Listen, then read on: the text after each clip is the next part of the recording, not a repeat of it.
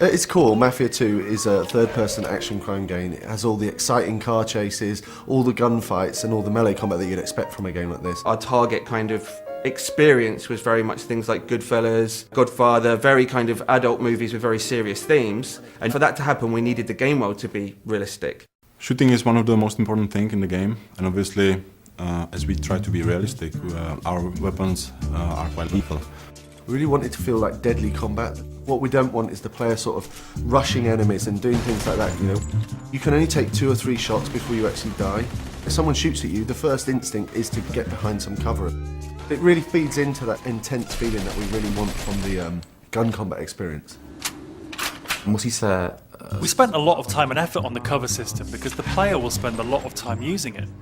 But you have to be careful because the cover can often be easily destroyed. So if you're hiding behind a fence and it starts to disintegrate, it's time to move elsewhere. This destructibility was a big thing for us. We wanted to fill the whole city with a massive number of destructible objects, so the player felt that they could pretty much destroy anything. The player can use a wide range of weapons, from pistols to submachine guns. Of course, we had to include the classic Tommy gun that everyone knows from the Mafia movies. We do massive explosions from different stuff, like vehicles can be exploded. With some Molotov cocktails, they'll sort of set fire to the gasoline as it falls on the floor. And all these different things are things that you'd sort of expect from the 40s and 50s weaponry.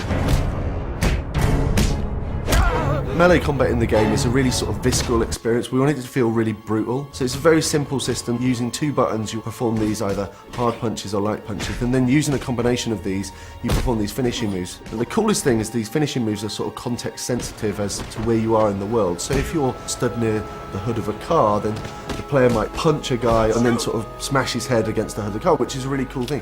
The driving model is very realistic. So you drive these things, they really feel like period cars. They feel very heavy, they feel really satisfying when you're driving them around. Once you get familiar with the controls, there's a real skill to doing the handbrake turns, the donuts and the skids in the street.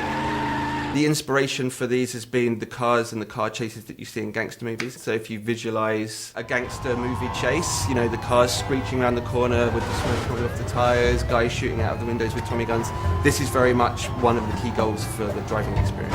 We've got like a few features in the game which allow the player to sort of like personalise their vehicle. In the body shops you can customise the car a fair deal.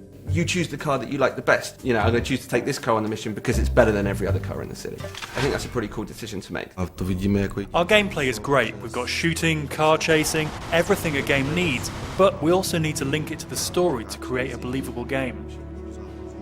We needed to move away from some of the more arcadey conventions that you see in other open world games and focus more on a realistic experience for the player, so the player behaves like a Mafia gangster.